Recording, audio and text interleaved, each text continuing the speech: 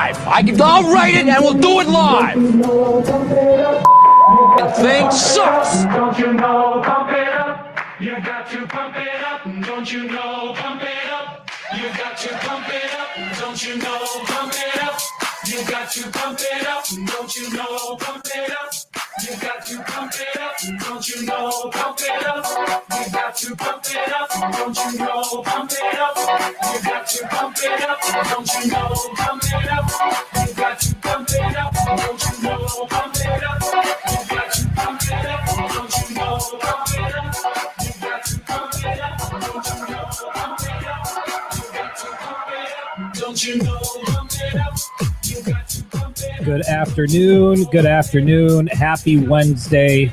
Welcome to Fan Led Wednesday. Trent and I are on our new schedule. It's been a while since we've been on here. I'm a little nervous, Trent. I'm the jitters out, getting the early jitters out, man. Yeah, a little camera shy. When was the last time we went live? It was right after, what was it, Monday for following the Ohio State game. Yeah. And then Wednesday, was it Wednesday? Was the early signing period? I don't know. Yeah, because that was the early signing day, and we didn't go live, so it would have been the Monday after Ohio State. Yeah, the days just seem to be running together here. What the hell is this? Go Bucks! Get the hell! This should be a felony. Rufus Michael, go Bucks! This should be a felony. Coming into a rival podcast to say something like that. You know what? I'm going to go to the Michigan state government, and I'm going to ask that they introduce a bill that this type of thing is viewed as a felony. This is harassment. This is felonious behavior here. We simply cannot allow it. Obviously, we're going to get into that topic. But again, I just want to point out here, it is Fan-Led Wednesday. So, because it's been a while since Trent and I have last been on, I mean, we didn't talk about the early signing period. We haven't talked about Michigan, Bama in the bowl game. We haven't talked about... Look at that. We got some love from an Ohio State guy. You just earned yourself back in. You just earned yourself back into the show. We will drop the lawsuit immediately. But it's been a while since we were on. So whatever you guys want to talk about, whatever you guys want to to expand upon, listen, man. I think there might be something wrong with me. I think there might be something going on with me. Before we clicked live, I was talking to Trent. I saw Scott, by the way, good to see you, Scott, Lydia, all the usual suspects in here. CJ, good to see you. I saw that Scott had mentioned that the basketball team had a good night last night. What do you think of them, Chris? Did you watch the game? Well, see, that's what we were talking about before we went live. I don't know. I debated on whether or not I even wanted to say this on the pod. Like Trent knows, I've got a dirty little secret. There's just something that I have to do on Tuesdays that I'm not proud of. Tuesday evenings starting at 9 p.m. I have been sucked into this show for a while. It's called 1,000 Pound Sisters. Has anybody seen that out there? Am I alone in this? I am have gone down this rabbit hole of getting sucked into this obsession of watching fat people on TV. So instead of, I might get myself canceled here. I'm trying to say this delicately, but instead of watching Michigan basketball last night, I had to watch 1,000 Pound Sisters. And then, of course, anybody who follows that, it goes right into 1,000 Pound Best Friends. So that's what I was doing while Trent was watching the Michigan Wolverines compete on the hardwood. So if you've got any basketball questions, please direct those to Trent, and I will do my best to keep up. But, I mean, where should we start here? Michigan's got a new offensive coordinator. We've got the flag planting stuff going on. Trent, where do you think is a good place to start here? Yeah, dude, it's been a while since we've been on, so it's pretty loaded right now. But I think we should probably start off with the offensive coordinator. Yeah, Michigan hired, or is set to hire. It's not official yet, but Michigan set to hire North Carolina's offensive coordinator, Chip Lindsey. I think that news came out yesterday. Yeah, see, your wife knows. She knows 1,000 Pound Sisters. I've never seen her watch that show in my life. 1,000 Pound Sisters and 1,000 Pound Best Friends back to back Tuesday night. I think it's on TLC. I would highly, highly recommend. It's just an incredible ride. I told Chris before we got on, I've never even heard of that show. And then Dana's over here yeah, it's a great show. That's a great night. I'm what are you talking about? I don't know that she said it was a great night. She just said, what a night. Oh, okay. Yeah, you're right. Oh, but yes. Oh, nevertheless, we are hemorrhaging viewers now. Michigan has hired a new offensive coordinator. Trent put out an article about it. I think it was late last night or early today, just sort of going through his history and his experience. Yeah, and so you could see the response a little bit with Chip Lindsey, right? We were wondering what Sharon Moore was going to do, and during his press conference this week, he indicated that a name was going to come soon. We didn't expect it was going to come the same day. But when it comes to Chip Lindsey, I think a lot of the text messages I was getting were, who is this guy? And I think that a lot of fans were hoping it was going to be a big splash hire, like a notable name type guy. It's not that. But because it's not that, doesn't mean that it's a bad hire. And when you go into the numbers and you look at what he did with North Carolina and what he's done at some other stops, I mean, he's been pretty successful throughout his career. Trent, give the people some confidence as to why they should feel good about Chip Lindsey as Michigan's newest offensive coordinator. Yeah, so I did a big board prior to the announcement, and I did not have Chip Lindsey on there. I did hear his name mentioned before. To be quite honest with you, I did not know anything about Chip Lindsey until it came out yesterday that Michigan was set to hire him. So I did some digging on him. He's been around for a while. He actually coached several high school schools as a head coach. He coached Troy University for 3 years as a head coach, but he's been a successful offensive coordinator now for a while. I mean, he's been at North Carolina for 2 years, coached Drake May, who was a first-round draft pick for the New England Patriots. He coached under Gus Malzahn at UCF, had a good program there, good offense, I should say. But, I mean, he's had a top 50 offense about anywhere that he's been. He's pretty balanced. He likes to throw the football. He actually came from an air raid style of offense. Like that. Which probably makes Michigan fans kind of happy. But, I mean, he's kind of a mixture guy. He's coached now at North Carolina at Marion Hampton. He's actually was the number 2 rusher in all college football this year behind Boise State's Ashton Genty. So, I mean, it's not just a throwing style. He likes to mix it up. But I guess my only concern with Chip Lindsey, going back on 247 Sports, he hasn't been a very good recruiter and actually, in fact, he's only landed 5 commits as a primary recruiter since he's been coaching in college football. Yeah. But he also landed Bo Nix, who was a 5-star quarterback at the time for Auburn. He's landed a couple other quarterbacks that were 4 or 5 stars. So when he does recruit, he does a good job doing it. I think that's probably my only initial concern with the hire is he going to be a good recruiter for Michigan? Because although Kirk Campbell, we didn't see the success on the field, I do think Kirk Campbell was a good recruiter. He would go out and land guys. I know Brady Hart ended up decommitting and reclassifying to Texas A&M, but he was about the sole reason that Brady Hart committed to Michigan was to play under Kirk Campbell. So hopefully Chip Lindsey has that kind of success too, recruiting wise. But on the field, I think initially it's a good hire.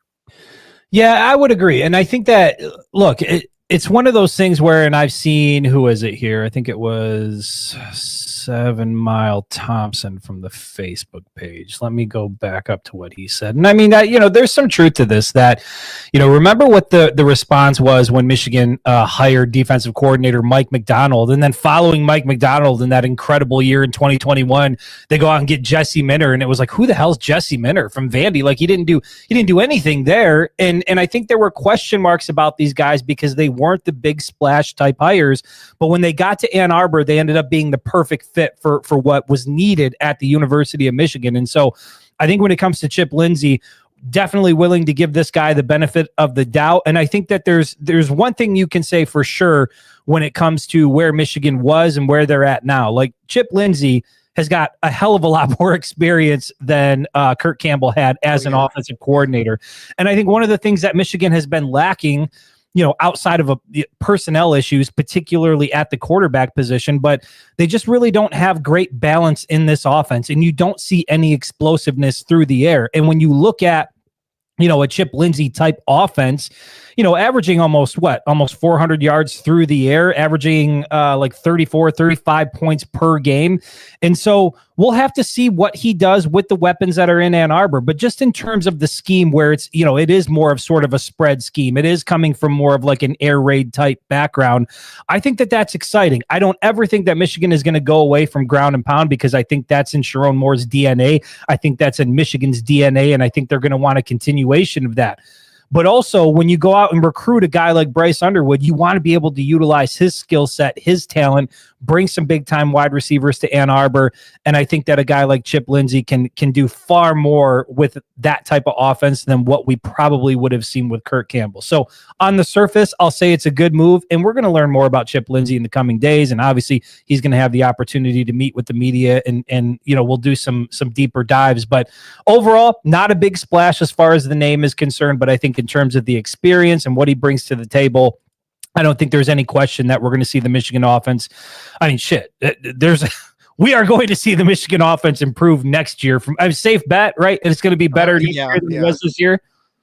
Yeah, I mean, it's got to be, right. I think the only offenses that were worse than Michigan were the Service Academy. So it can only go up from here. You're down there with like Army and Rice and a few, Michigan was bottom of the barrel, one of the worst, like 129th out of 133 teams. So it can only go up from here. And I think Chip Lindsey can help do that for sure. Let's get to some questions here, since it is a fan-led Wednesday. Ricky from the Facebook page, he says, Chris and Trent, you heard the senator in Ohio made planting a flag in Buckeye Stadium a felony. What's next? They're going to try to deport Wolverine fans out of Ohio. Beware, Trent, they're coming for us. Yeah, I mean, if I get Ricky's trying to be clever, they're trying to be funny, but we're not that far off from that. I mean, that makes about as much sense saying like, we just can't have any Michigan fans in the state of Ohio. It's too stressful for our residents. We need to move. Like, that's what this type of move is. I've seen, and we have seen it now over the last, over a week. Ohio State fans are in a fragile state of mind, and they're trying to make peace with the fact that they're in the playoff and they've got a home game coming up and they're going to play Tennessee and yada, yada, yada. But that is a broken fan base. And I would argue it's a broken football program. And Trent, when I saw news that somebody at the government level was trying to turn this into a felony, and all the dialogue I saw about planting a flag and should it be done and sportsmanship and all this shit that we saw as a result of what happened in Columbus, I am blown away. And I'm wondering, like, have we reached a point where we're that soft as a society? Think about what happened. Like, actually think about what happened. Michigan went into the Horseshoe as a 3-touchdown underdog. They beat their greatest rival in the biggest rivalry in all of sports. And the Wolverines ran to the 50-yard line to plant a flag. That's what they're guilty of. That action, people out there think should be a felony. I don't even know, for as pathetic and embarrassing as Ohio State fans are, I don't even know that they're signing on for this. If you look at some of the response on social media, there's been a lot of pushback, and some of that is coming from the Ohio State fan base. I've seen the same thing. When you saw this, I mean, at first you chuckle, and then I think as you think more about it, like, this is sad. This is pathetic. This is a weird place to be, where now politicians are trying to get involved in college athletics, and we're talking about planting a flag at the 50, making that into a felony. Trent, what the hell are we doing? I don't know, man. I mean, it just goes back to just being a broken fan base and just soft, right? Like, ultimately, that's what it comes down to. There's a 0% chance that gets passed too. Like, it's just, it makes Ohio State look even worse. And just like you said, I've seen plenty of my friends and people that I live around, like they're even on there bashing that proposal. They're like, what are you doing? Like, that makes us look bad as Ohio State fans, that you're trying to propose that if somebody plants their flag, that's a felony. Like, you can't do that. There's a 0% chance that even goes through. I don't even know why you would propose something as ludicrous as that. It's stupid. I mean, it's more of a felony what Wink Martindale's defense did to the Ohio State's offense. I mean, that's more of felony type behavior than what Michigan did following the game. I think we just have to get to a point. And, some of the people that I've seen speaking out, like Nick Saban talking, about not being a fan of planting the flag. I understand it. If you're not a fan of it, if you wish both teams would just go to the locker room, like you're well within your right to feel that way. But this idea that the NCAA needs to step in and ban this, or that we need legislation to make it a felony to do something like that, I just think is another example of people who talk about the sport doing everything they can to ruin the sport. And I'll go back to what I said before, following Michigan's 13-10 win over Ohio State. Everything that happened after that game is on Ohio State. That is 100% on the Buckeyes. You didn't have to like what Michigan was doing at the 50-yard line, but what they were doing wasn't a felony. They were celebrating a rivalry win with their flag on the 50-yard line. Ohio State chose to make it a fight. They chose to go meet them at the 50-yard line, and that's why it became a thing. Trent, we saw it multiple times in 2024 as Michigan fans. Oregon planted the flag at the 50. Texas planted the flag at the 50. Nothing happened in the big house. You know why? Because the Wolverines were already up the tunnel and headed to the locker room, as the losing team should do. So if you want to talk about like taking a step to making something a felony in a college football game, maybe it's the team that approaches the celebrating team looking to start a fight.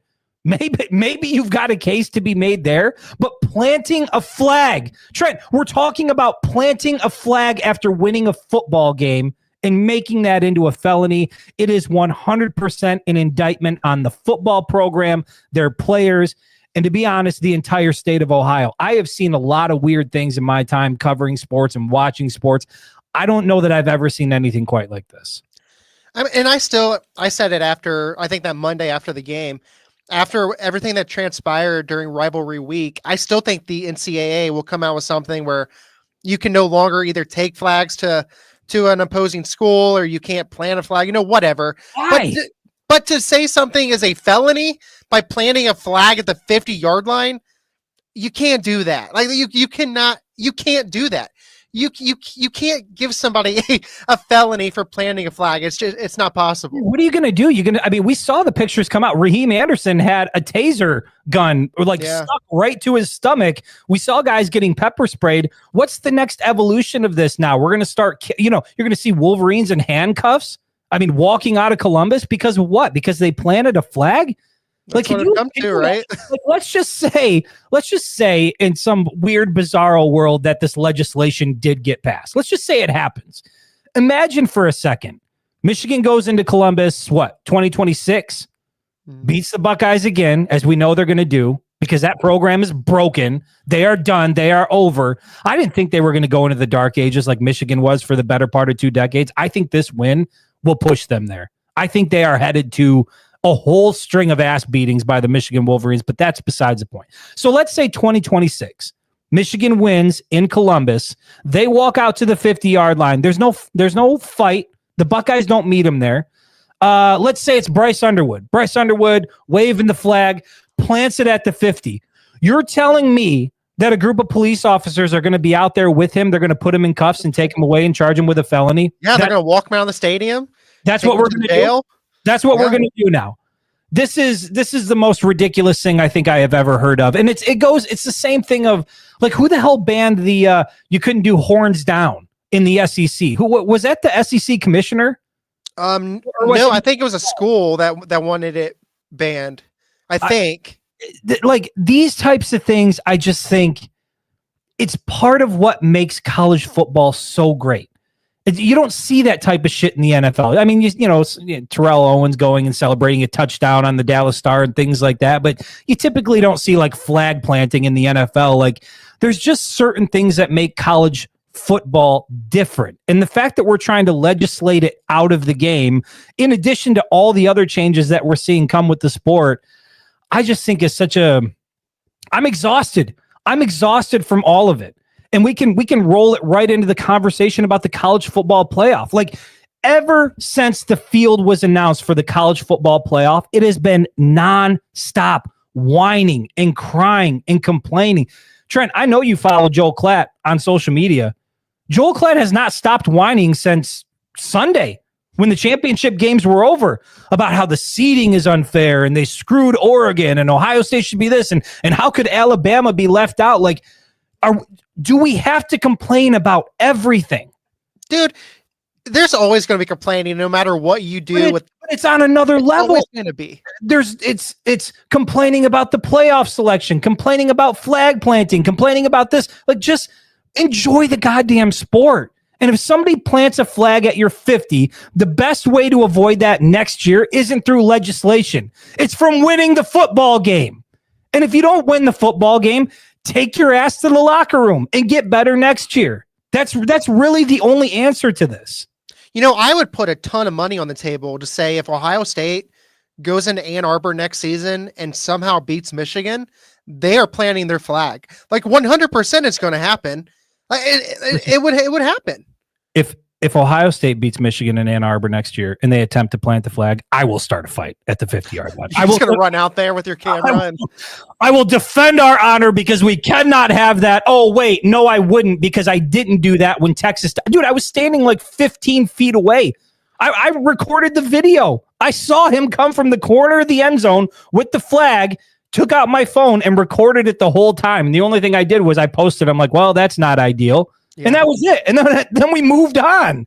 But for some odd reason, when it happens in Columbus, it's so bad that we need legislation. We need to make it a felony act. I just think it is.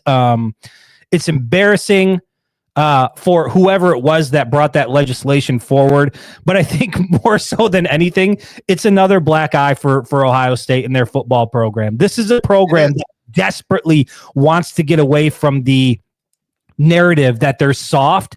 And it just seems like day by day, week by week, they keep feeding into that narrative even more. Trent, I would argue that when you look around the country, is there any program right now, and especially fan base related to that program, that is viewed the way that Ohio State is? Soft and fragile, don't know how to handle a loss, delusional, think it's their birthright to win certain football games. Like, these people just don't know how to act in defeat. And I think what we saw in Columbus is a perfect example of that.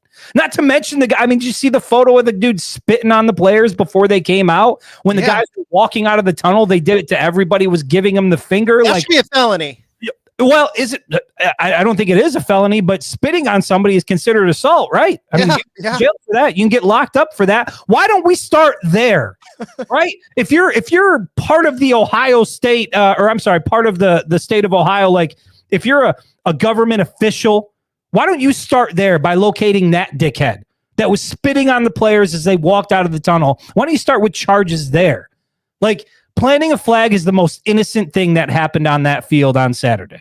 Yeah. If we're being perfectly honest, that was the least harmful, most innocent thing that happened on that field. There's a whole lot of other shit you could point to where maybe you got to have a conversation about whether or not it should play a part. Dude, I guarantee you, when somebody gets tackled and there's a pile of guys on there, worse things happen in that pile than Michigan planting their flag on the 50-yard line. And that's a fact. Like, I know that for sure. I mean, I've got video on my phone. And here's another thing. I never even posted this. I never even shared it to social media. I've got video on my phone. It was after J.J. McCarthy in 2022, after J.J. McCarthy scored that running touchdown. I can't remember what it made the score. But J.J., you remember they rushed up to the line. They were near the goal line. Yeah. J.J. ran in the touchdown, and then he did that like big stomp celebration in the end zone. I've got video on my phone that I took with my camera that clearly shows an Ohio State player spitting at the Wolverines. I didn't post it. I didn't write about it. I didn't talk about it because I understand that shit goes on. It's all the time. It happens all the time, and it happens from both sides. And if you whine and complain about it, the only reason you're doing it is because you're the loser. And Michigan hasn't lost in this rivalry in quite some time. So, yeah, I don't know, man. I just think that, again, Ohio State is desperately trying to get out of this narrative that they have a soft football program. And I think that, man, we went on a tangent about this legislation. But, I mean, when you see something like this come out, it is just such a bad look for Ryan Day, such a bad look for the Buckeyes. And I would venture to say the entire country is going to be rooting for Tennessee. Oh, I think that's very safe to say. Very, very safe. Is it this weekend or next weekend? The 21st. 21st. Next weekend, right? Yeah, next weekend. Yeah. All right, let's try to get some other questions here. God damn. And how about this? This is a tough team right here. What a crock of shit that was. Running to the mic after beating Notre Dame. This is a tough team right here. No, you're not. You are not a tough team. You are not a tough program. And look, we'll just leave it at that. Here's one thing I will say about Ryan Day. I think that Ryan Day gets a lot of heat, as he probably should, for the lack of success against Ohio State. But here's one thing I will say. I want to be careful when it comes to like personal digs. I didn't realize that Ryan Day had as difficult of a past as he has had as it relates to his father and some of the things that have gone on. And when he talked about before that Michigan game, sort of how losing to Michigan has been one of the worst things that's ever happened to him, like, I really do think there is a realistic scenario that if he isn't fired at Ohio State, for his mental state, I could see him walking away from Ohio State. I just don't know how this is sustainable, given his background, all the things he's gone through, and how much losing to Michigan seems to have an impact on him, coupled with the way their fan base responds. I mean, dude, look at the way that they treat Kirk Herbstreit. Kirk Herbstreit, to me, I feel like he's a decent, I don't know him personally, but I think he's a good analyst. I like his take. He's a heck of a guy. I've never met him, but I think he would be a genuinely great dude. That dude had to leave Ohio. Had to leave the state of Ohio, had to move out of Ohio because their fan base is so terrible. And then when his son committed to Michigan, the commentary surrounding that was just, it was wild. I really do think that they have the worst fan base in the country, and I don't even think it's particularly close. Every fan base has a toxic segment of fans, but Ohio State is just uniquely terrible. There's no question. Yeah. Oh, my goodness. See what happens. I'd like to know where Lou Holtz is right now. Probably at like 12:03 comments wise. Jeez Louise, I'm on 12:13. I'm not that far behind. While you're searching, I will say one thing with Ryan Day. I know I've been saying constantly now that if he doesn't beat Michigan, he's gone unless he wins the national championship. But I'm with you. I don't know that Ohio State fires Ryan Day. I think it's more of Ryan Day resigns and moves on from Ohio State. Yeah. And it could even be Ohio State goes up to Ryan Day and be like, hey, man, we need you to quit. Like, we're going to fire you if not. And he's like, okay, yeah, I will resign. I don't think we'll get breaking news. Ohio State fires Ryan Day. I think it's Ryan Day leaves Ohio State. Yeah. Yeah, I mean, we'll see. I mean, I think you're right. Short of winning the national championship, and even if they do that, I think there's going to be a stain on this season because, you start touting those T-shirts or whatever it is, and it's always going to represent the year that you got your ass kicked to Michigan as a 3-touchdown favorite. Mika from the Facebook page, he's got a great solution here. He says just start planting flags at the 49-yard line. Like, that's the other thing. Like, you can't plant it at the 50. Is there anywhere you can do it? Is the entire field off limits? Like, I don't know. It's just another example of people that are in certain positions in life that shouldn't be in those positions. Like, if you're wasting time trying to do legislation on that when there's all the other shit going on that you could be working on, like, find something productive to do. Yeah. Tyler from the Facebook page, he says, Andrew Anthony has entered the transfer portal again. Does Michigan entertain it? Look, I put out an article about this earlier today. I certainly think they could entertain it. I don't know whether or not they should, but we know that obviously, he's a native of Michigan, from East Lansing. He's got history with the Wolverines, spent his first 2 years in college with Michigan before transferring out to Oklahoma. And until he had that season-ending injury in 2023, he was Oklahoma's leading wide receiver, and it looked like he was on pace for a massive year. And then obviously he had the knee injury. He tried to rehab, come back, and then in 2024, he only made it one game. I think he played against Temple, and then he had to do some cleanup procedures on his knee, and so he basically missed all of 2024. Trent, I mean, Andrew Anthony is back in the portal. Michigan is looking to improve their passing game. We know that they are going to be looking for wide receivers out of the transfer portal. Is Andrew Anthony a target they should look at? I mean, I don't see why not. I think the only knock on him right now is, can he stay healthy? I mean, since he's transferred from Michigan, he's had several injuries, and can he stay healthy enough? But I think that we've seen when you utilize him, he's productive. He's 6'1", which is what Michigan's looking for now. 6 foot taller. He's fast. Like, he's definitely somebody that you could play, I think, right away. And like you said, when he did transfer to Oklahoma, he was the Sooners' leading receiver. Like he can be very productive. He had Dylan Gabriel throwing him the ball. This time he'd have Bryce Underwood and whoever else they go get in the portal. But I think it's definitely somebody that you should target. He's familiar with Ann Arbor. He's familiar with Sharon Moore. So yeah, absolutely. Yeah, and we've seen it before. Marion Walker, spent about a month down at Ole Miss before he came back. They made him a defensive back, and then he came back as a wide receiver. So it's not like Michigan is opposed to bringing guys back. I always thought that there was something there with Andrel Anthony. I always thought that he had the opportunity to be special, and we saw flashes of it. But again, like that play against Michigan State where he just took it and right, and he turned the afterburners on. He was gone, and once that happened, it was like holy shit, like Andrel Anthony is going to be a problem, and it just never developed into what we thought it was going to be. But I think part of that was because of the way that Michigan just operated its offense. And so, when you talk about a guy like Chip Lindsey, like maybe this is going to open the door for a guy like Andrel Anthony now coming back as a veteran with some experience. He saw some success in Oklahoma before the injury. You put Bryce Underwood in the equation and you put a bit of a different offensive philosophy where you are going to utilize some of these wide receivers in a different way. And I think a guy like Andrel Anthony could certainly be a weapon in this Michigan offense. And, I know there's some concern about the injury, but he shared some videos to his social media early on, and he's running around and doing drills, and it looks like he's fine and good to go. And so, I mean, he's going to be recruited, I think, by a lot of different programs out there. I think Michigan should at least take a look, have a conversation. I would be surprised if that didn't happen. I will say, man, that the portal's insane anyway, but I think the amount of good receivers that are out there, it's unreal. Like Michigan, they should be able to go out there and land 2 or 3 receivers and bring them in that could start next year along with these guys that they have, Andrew Marsh and those guys that's coming in from the 2025 class. I think, Tyler Morris transferred down. He was a starter. Yeah. You can make a case for Samaj Morgan to play next year, but I really don't think you see any of these receivers playing next season that have played key roles in 2024. I mean, define key role. I mean, that are out there, right? So Tyler Morris is likely gone unless he comes back. Yeah. You have Samaj Morgan. You have Peyton O'Leary, who could come back for another season. Kendrick Bell, maybe. Frederick Moore, maybe. I think there's something there with Kendrick Bell. I definitely think there's something there with Kendrick Bell. But let me ask you this, because this is something that I was thinking about. When Michigan did flip Bryce Underwood, and obviously now he's signed, he's going to be an early enrollee. But are you surprised? I think we all thought that the flip from Bryce Underwood was going to mean that and now, there's still the regular signing period to come. But are you surprised that we haven't seen more big name wide receivers all of a sudden express or even commit to the University of Michigan?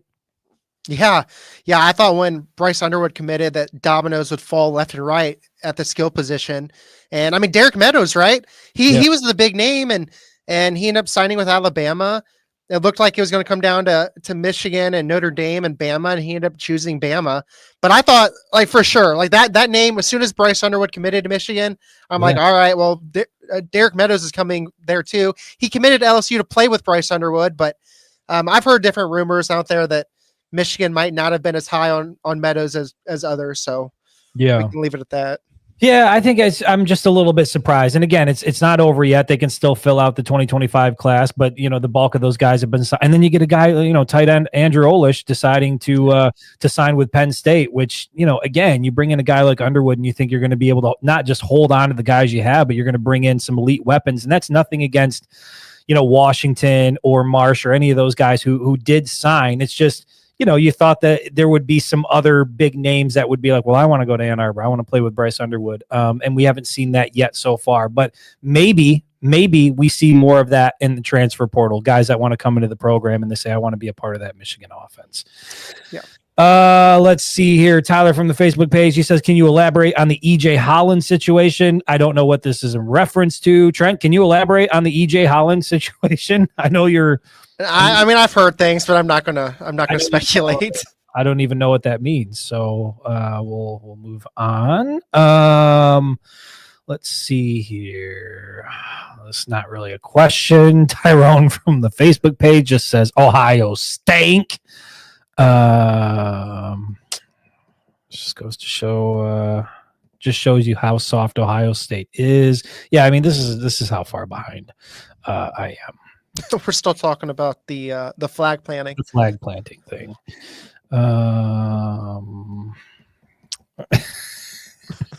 Jesus, dude. Oh, we do. We need a screener. We need it.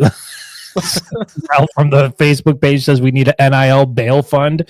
Yeah, I mean, it might come to that, using NIL dollars to bail out Michigan Wolverines who refuse to stop planting the flag on the Block O. Like, that would be hilarious. Can you imagine if that was the only thing on your record as a kid? Like, we see here you were arrested twice in college for planting a flag on the Block O. What does that even mean? I don't know, but you're hired. You are hired here. This guy's a winner. This guy's a winner. Let's see here. Jacob from the Facebook page, he says, so with leaning more towards an air raid offense, will most of you guys be more excited? Secondly, who are we going to get for wide receiver besides the wide receiver from Indiana, possibly? When you say leaning more toward an air raid offense, I mean, leaning maybe in the sense that you're looking in that direction, you know what I mean? Instead of looking the opposite way. I don't think that we're going to see anything close to resembling air raid. I think what we're just going to see is a normal balanced offense at Michigan, which is a vast departure from what we have seen, I guess, during the Harbaugh era, but in particular this season, there was no question. Michigan just had no passing game, which even makes that win over Ohio State even more miraculous. Like, I don't know how you win that football game with Michigan's passing attack, but they found a way to do it. So, will it create more excitement? There's no question about it. I mean, there's no doubt that, if you're a Michigan fan and whether you're in the stands or you sit back and you turn on the game on Saturday and you see, when it happens, we'll see. I don't know if Bryce Underwood's going to be the day one starter, but we know that he's going to be the starter at the University of Michigan at some point. I think he plays day one. Yeah, I don't know that he starts, but he plays. He'll be the starter in the near future.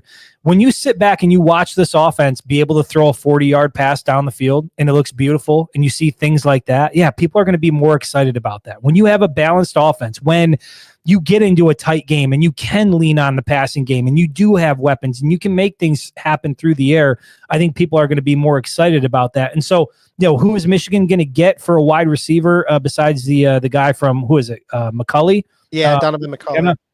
I know that has he had a couple visits to Michigan? I don't know where. Yeah, but he just took a visit to Alabama, so it sounds like it's going to be a Bama-Michigan battle to land him. Yeah. So, I mean, I don't know who the particular targets are going to be, but to Trent's point, I mean, there are a lot of wide receiver targets that are entering the portal that I think Michigan can go after, and those guys can be a day one impact. And so I think that overall, I don't know who those guys are going to be. We'll just have to see how that plays out. But I will say this. I think Michigan, as of today, is far more enticing for a wide receiver prospect in the portal than Michigan was 5 weeks ago. Oh, right? Yeah, for sure. You got a new offensive coordinator. You've got Bryce Underwood in the fold. It seems to me like Michigan is positioning itself to be a more attractive destination for some top wide receivers. We'll see how that translates. We've seen it on the recruiting trail now a little bit with a guy like Andrew Marsh, but they haven't made a big splash with a wide receiver on the recruiting trail. Will it happen in the portal? I believe that they're going to bring in some solid guys, but only time will tell. There's just so many options out there that to narrow it down would be a little bit difficult at this point. And Sherrod Moore's been pretty outspoken that they still want the right fit. So I don't think they're going to just go out there and throw money around just to anybody to come to Michigan. I think that Michigan still wants to build their culture and keep it the way that it is, which means you have to go out and find the right guys that will fit in with Michigan. So, for example, let's talk about Bear Alexander, that defensive tackle from USC. He played for 4 different high schools, okay? And he's already played for 2 different colleges in his 2 years in college. Like, the dude just transfers everywhere. So I don't think there was early speculation that Michigan was interested in him. But is he the right fit in Ann Arbor? Probably not. So, I don't think Michigan's just going to go out there and just throw money or try to get just anybody. I think that they truly do want to keep the culture the way it has been, and that's the way Sherrod Moore will move going forward. Yeah, I agree. I agree 100%.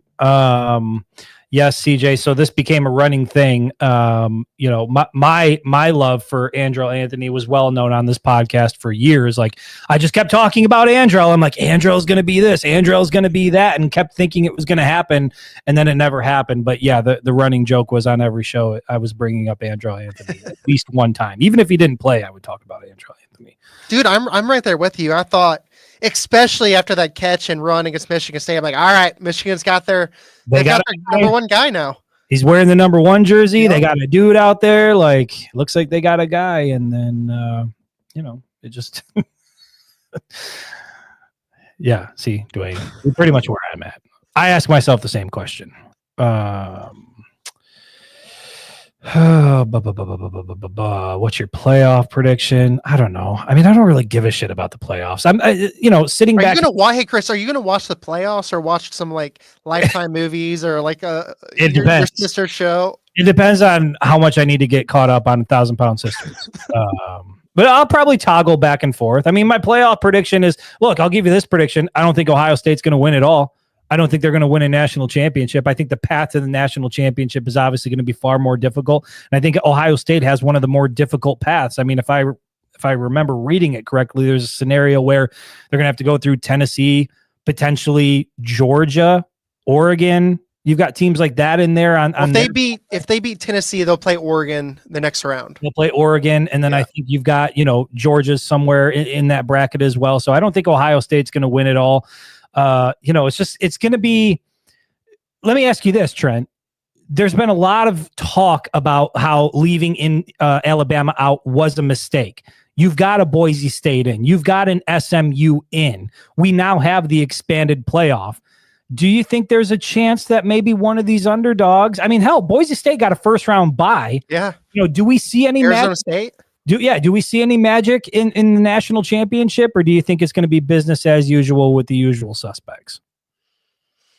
No, I mean, as cool as I think it would be to see Boise or Arizona State, I think you're probably going to see the Oregon or Georgia, maybe Texas, those type of teams make that run for the national championship. However, I watched that Arizona State game on Saturday against Iowa State. Those guys can play, man. Like that Cam Scatterbo, the running back, he's tremendous. I think that they have a shot to make some noise. Will they? I don't know. They're not playing against super tough competition in the Big 12. So when you go up against Oregon and Georgia and Texas and Ohio State and Tennessee, like I don't know that they're going to be, if they can win those games, but it's going to be intriguing. Yeah, I didn't see that game. There was a 600-pound life marathon on. It was a Where Are They Now marathon, and so you got the update. They started their journey, and then you got to follow up with them and see where they were at later. You could probably go to Chris's Instagram and look at his followers. It's probably like all those ladies. See if they were able to keep the weight off. Jeez. You know what the sad part is? I'm not joking. That is perhaps the saddest and funniest part about it. I'm not joking. Ask my wife. If I'm not watching Michigan football, it's all fat people TV, and I don't know why. I don't know what's wrong with me. Oh man. Oh, what is she doing while you're watching these shows? Is she like glued into it with you? My Fat Fabulous Life or something like that. Yeah, she's right there next to me. Okay. She's all in. I think she's just bought in because she supports me as my wife. Yeah. I mean, that's probably all it is. She's like, well, Chris wants to watch the show again. I might as well tune in. Here he goes again, watching 1,000-Pound Sisters. What a weird show this has become. This is it. I mean, this is what the off-season talk is going to be like. So get used to it. Tyler from the Facebook page, he says, speaking of culture, do you really believe Underwood is locked in for this team, or is it all just money driven? I understand his decision. Hell, who would turn down that kind of money? But does he really want to be here? Trent, what do you think about that? Because Michigan did, really pat itself on the back about culture and wanting guys that wanted to be here. And for as much as we're excited about Bryce Underwood, there was early on maybe a little bit of resentment that Jim Harbaugh wasn't recruiting him as hard as he thought he should be recruited. And then over the summer, Bryce Underwood, got on that podcast and, he was asked about why he didn't choose Michigan, and he pointed to the lack of quarterback development. So he didn't really hold back there. Now here we are, fast forward in the month of December, Bryce Underwood is signed, sealed, delivered. He's a Michigan Wolverine.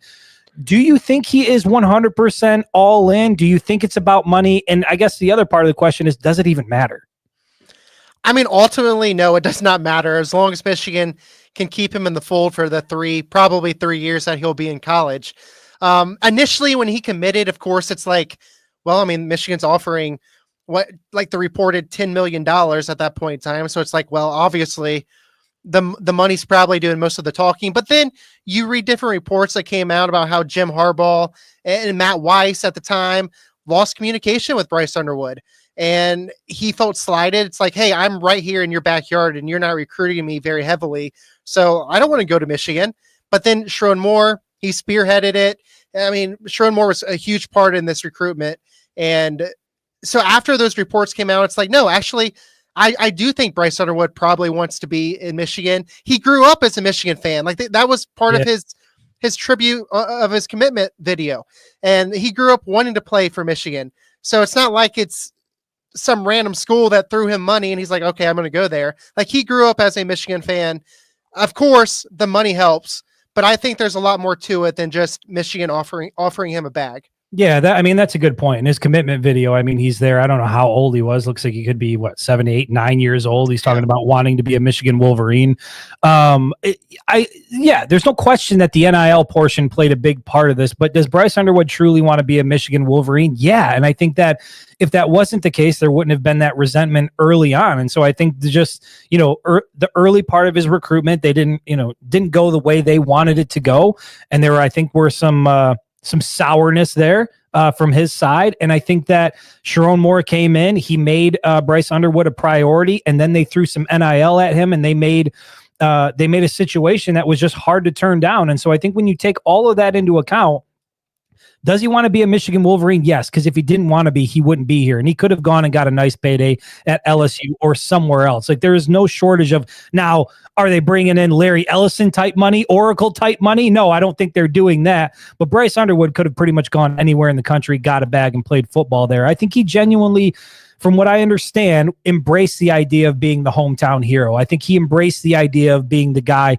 You haven't really seen a hometown hero at quarterback for the University of Michigan, and being able to be the first guy to really break that mold. I think it was more than just money, but certainly money played a factor in it. But I wouldn't say that, again, whether it's money, whether it's personal feeling, whatever, he's a Michigan Wolverine. And I think we're going to get the best out of Bryce Underwood during his time here. So, and that's part of all of this being a business now, and we've got to get our heads around that era of doing it because you love it, strictly because you love it. Like that era is gone. Like this is a business now, and people are making a lot of business decisions. And if he's in Ann Arbor because it was a business decision, more power to him. I mean, you see it at the pro level all the time. Guys make business decisions. They go to their, whatever team they're going to become a franchise quarterback, and you ball out. That's a business decision that you made.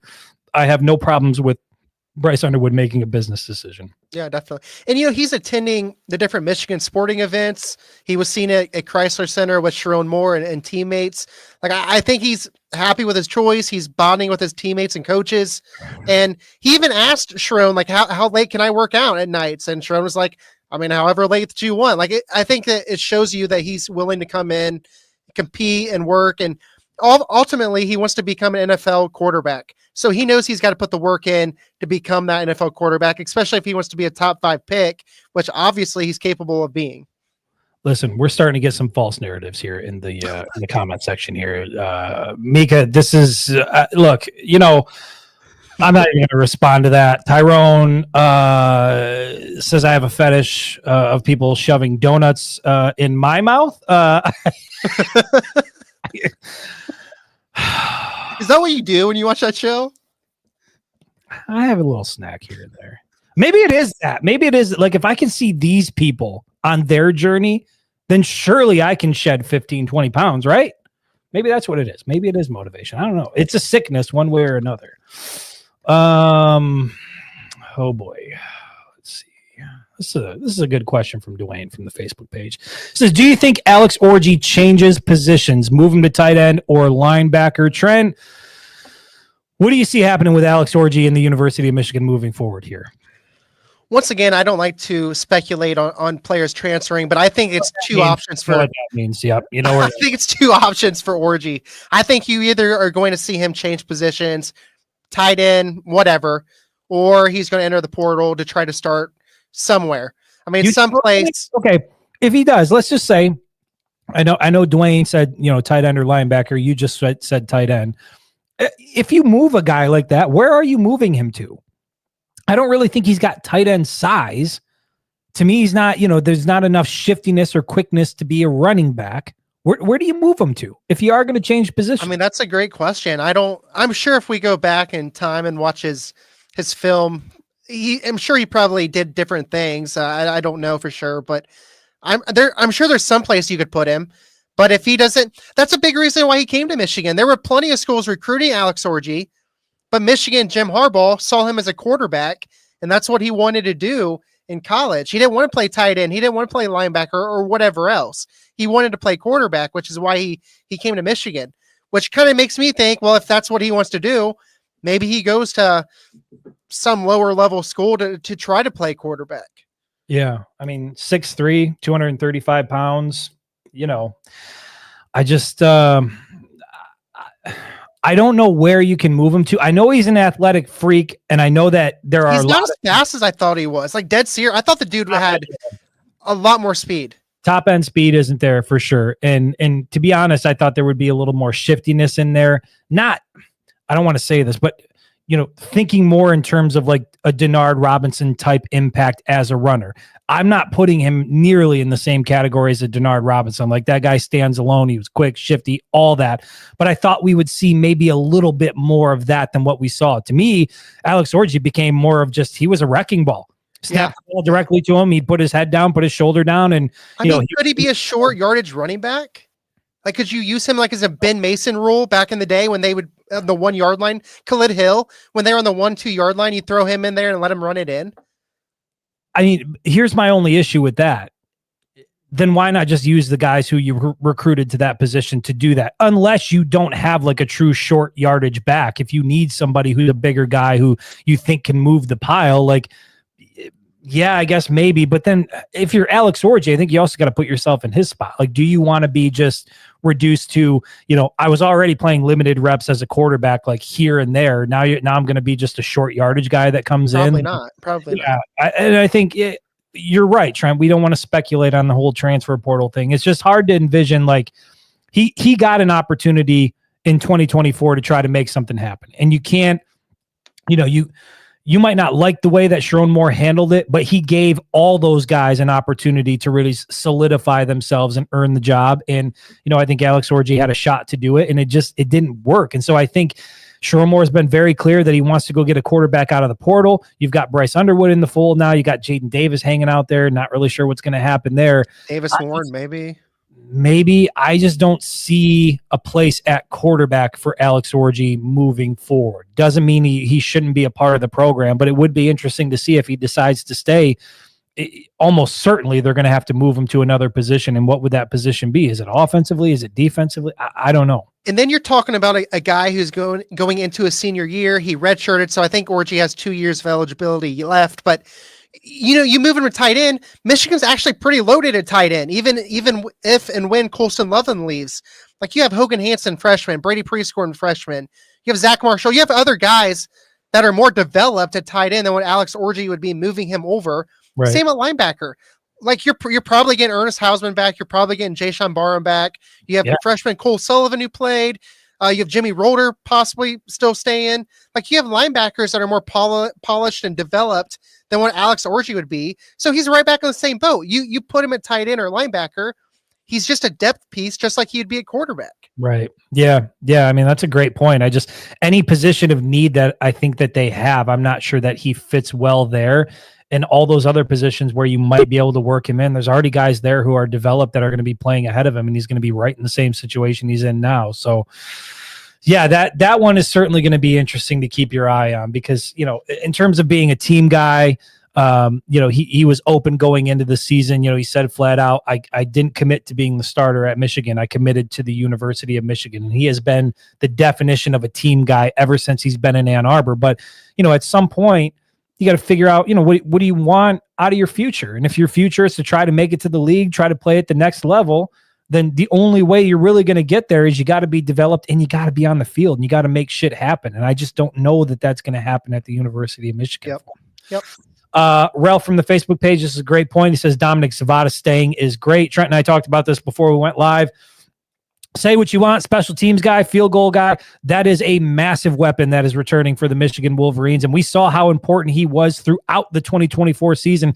In fact, one of the few bright spots, you could put him along Colston Loveland and Khalil Mullings. One of the few bright spots offensively for Michigan was Dominic Zavada, and he is money. He's got a big leg, and if you can get him within 55 yards, you're golden. And so long of 56, right? And look, you've seen that in college football on the flip side, where when you don't have a field goal kicker, Ohio State, things can go south, right? So when you have a money guy that can make field goals like that, that is a massive weapon for an offense, and I think that's great for the University of Michigan to get him back for another year. And quite honestly, Trent, I mentioned this to you before we clicked the live button. I don't know that Dominic Zavada comes back for another year if NIL isn't a part of the equation, because he had a pretty damn good year. He gained some notoriety. There's no question he could enter the draft and make some money in the league. But I think, come back for another year at Michigan, capitalize on some NIL dollars. So there is some good to this when it's used the right way. And I think that NIL, I'm not saying that's the only reason he came back, but if you're looking at a future in the NFL, trying to get the bag there, or I can develop another year in college and still make some money, I think Zavada made a good choice. Certainly selfishly, I think he made a good choice. Yeah, and with kickers, I mean, you don't typically see a kicker leave after 3 seasons. Chris, a couple people are saying they lost the feed to Facebook. Yeah, I did see that. The number dropped down significantly on the viewers. Sorry, I don't know that. I didn't know if there's.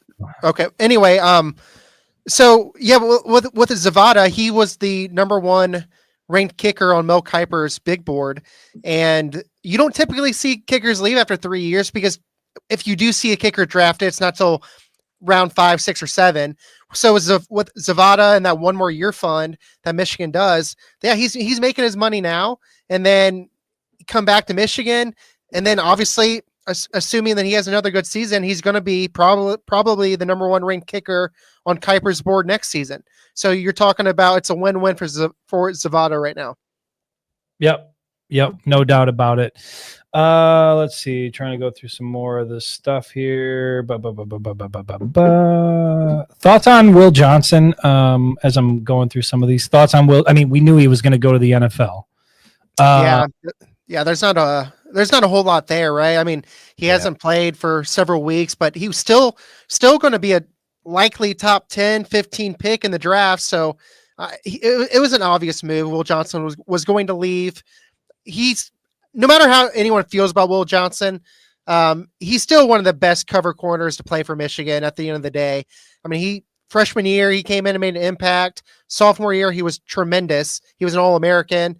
And then this year, I mean, it was full of injuries, but he had 2 pick sixes. He now had, I think, 3 total for his career, and he'll go down as one of the better cover corners for Michigan. Yeah, I mean, highly recruited, highly rated prospect, came to Michigan with like really, really high expectations. You put on the number 2 jersey and people start drawing comparisons to Charles Woodson. And I think that I just don't know. Yeah, the injury thing this year sucked, and not seeing him on the field as much as you would have wanted to see him sucked. But at the end of the day, like, how much more could he have done from a production standpoint? Like, pretty successful. I think, wasn't he the defensive MVP for Michigan's national championship, or he might have been the MVP overall for that game? And I think he's the all-time leader at Michigan now for pick sixes. So did all the things you would want to see out of Will Johnson. The final year didn't go the way that everybody had hoped, but sorry, I'm just getting sidetracked reading some of these comments here. So the Facebook feed died. Somebody said I didn't pay my bills. Look, the bills are paid. Okay. It's got nothing to do with me watching 1,000 Pound Sisters. No, it looks like it's a Facebook issue everywhere. Oh, so like Facebook overall. Yeah, Facebook's like messed up, I believe. CJ says, but CJ, you're commenting from the Facebook page. So how is YouTube? How are you doing that? How is that working? I don't know. It doesn't make any sense. We are at 12:59 though. Oh boy, what a way to end the show, right? The Facebook feed goes out. It throws me off here. And Scott, easy. Just take it easy, Scott. Okay. Anything else we didn't cover? I mean, we've been on here for about 58 minutes. Let me look at my notes here since we lost comments on the Facebook page here. Yeah, I do see it says something went wrong. Blah, blah, blah, blah, blah. Going off the rails here. We haven't touched on the bowl game matchup. You want to say about that before we get off? I mean, Michigan rematch of Alabama, going to play the Crimson Tide in a bowl game for the second time in 2024. The game is on December 30th or 31st? 31st. December 31st, Michigan versus Bama down in Tampa. Trent, excited about, I mean, Alabama, first team out of the college football playoff, and here you have Michigan, a 7-5 football team. We were wondering whether or not they were even going to become bowl eligible. It's a pretty interesting matchup to see these two programs come together again. Thoughts on Bama, Michigan down in Tampa? I mean, ultimately, I know it's a TV grab, right? When you Michigan, Alabama, I think it's a weird matchup. I mean, we're literally talking about a 7-win Michigan team, and then a 9-win Alabama team that was on the cusp of making the college football playoff. I feel like you could have put LSU there, you could put Florida there, you could have put South Carolina there, but they opted to go with Alabama, Michigan. I mean, right off the rip, I think it's a bad matchup for Michigan because you're going to have a lot of your players not playing. Maybe the same for Alabama. I don't know. I just know that we've seen it. We've seen a number of Tide players enter the portal, number of wide receivers, and so. Yeah, there's no question it's going to be two different teams by the time they meet on December 30th, and I don't think we're anywhere near done with with Michigan players entering the portal. We've seen we're up to 12 now, 12 Michigan Wolverines in the portal, something like that. Yeah, Alabama's going to have more guys enter the portal as well. But you're right. It's a money grab. It's a brand name. Anytime you can get those two brands on the same field, you're gonna bring in some ratings. Everybody's gonna want to tune in to see that matchup. But for anybody who's getting the warm and fuzzies about trying to relive what happened in Pasadena back in January, it's not going to be the same situation at all. Different head coaches, different roster, different situation for those two teams. But I guess in that sense, it is going to be an interesting matchup because of the fact that Michigan and Alabama, in a way, kind of went through similar circumstances. Now, Alabama didn't lose near what Michigan lost to the NFL draft, but, you're breaking in a new head coach. It's a new era with your football program. You're going to have Kalen DeBoer versus Sharon Moore, and sort of these two blue blood programs meeting, trying to, get the most out of what I think both fan bases would agree was a lackluster season, right? And so if Sharon Moore can get the win against Alabama, regardless, it's not Nick Saban's Bama, you know what I mean? It's not a Bama juggernaut, but you finish 8-5 with a win over Ohio State and a win over Alabama with the type of recruiting class. I mean, that's a pretty good stretch for the Michigan Wolverines and for Sharon Moore if they can close out 2024 that way and build some momentum going into 2025. Yeah. I guess here's the question I would ask you. We're talking about the way that these teams are going to be different. Are there some guys that you want to see get some run in the bowl game? Like you're looking at these guys and you're like, I haven't seen them much during the season, but it's time now. I want to see these guys play down in Tampa. I mean, just right off the top of my head, Jordan Marshall, I think he's probably the future for Michigan at the running back position, him and Benjamin Hall both. So I'd like to see both of them play. At some point in time, I would still like to see Jaden Davis play. I don't know how much they would let him play in the bowl game, but I would like to see him. Even like the younger receivers, right? Like Channing Goodwin. He's played some this year, but he hasn't caught any passes. Like I would like to see him play. Even the younger offensive linemen, like Andrew Sprague, who was a big-time recruit. See how those guys look. And then defensively, yeah, there's a ton of younger guys that you'd like to see. I mean, I know that Michigan wants to win the game, but at the same time, you have to be looking at that 2025 season. And you're kind of, right now, you're dictating who's staying, who's going. So you want to see if these younger guys, if they're capable of being in a big-time role for your team in 2025. And this is the only time you can really do it. Yeah, it's difficult, man, because it's that balance between wanting to gear up for the next season and also wanting to let the guys who got you here, finish out the year. A guy like Donovan Edwards, a guy like Davis Warren, like some of those guys that, probably, Donovan Edwards, like that's a real interesting case. Final year of eligibility. I think this guy has got to try, Khalil Mullings, another guy trying to make a statement. So like, you have to balance that, right, with the veteran guys who still have some things to prove on the football field with, the fans. Like, that was the first guy that came to mind for me, is like, I want to see more of Jordan Marshall. I want to see some more of the younger tight ends. I want to see some more of the younger talent on the defensive side of the ball, particularly up front, where you're going to have to potentially replace not just Mason Graham, but also Kenneth Grant, guys on the edge. And so, you're not going to have Josiah Stewart next year. Give TJ Guy a lot of run there. And he's gotten quite a few reps down the stretch, but it's going to be interesting to see how Sherrone Moore decides to balance that, because you've certainly got some veterans on this team that still have something to prove. But you've also got some younger guys that you would like to see get an opportunity against Alabama and try to gain some good momentum. So very, very excited about that. Again, that game is going to be on this. Oh, wrong one. That's the entrance music. Let's go to the outro. Jeez Louise. This show, dude. Team right here. This was a bad show. Facebook is down. We're clinging to viewers on the YouTube page. I don't know. I'm gonna have to call Zuckerberg, see what the hell's going on. I've got him on speed dial. I'll give him a call. I'll get it figured out. Trent and I will be back next Wednesday. I'll give you an update on what I found out about 1,000-Pound Sisters and about Best Friends at that point. Plus, we'll probably also talk a little bit about Michigan football, Michigan basketball. Until then, appreciate you guys for hanging with us. We'll see you next week. Now they're going to bed, and my stomach is sick.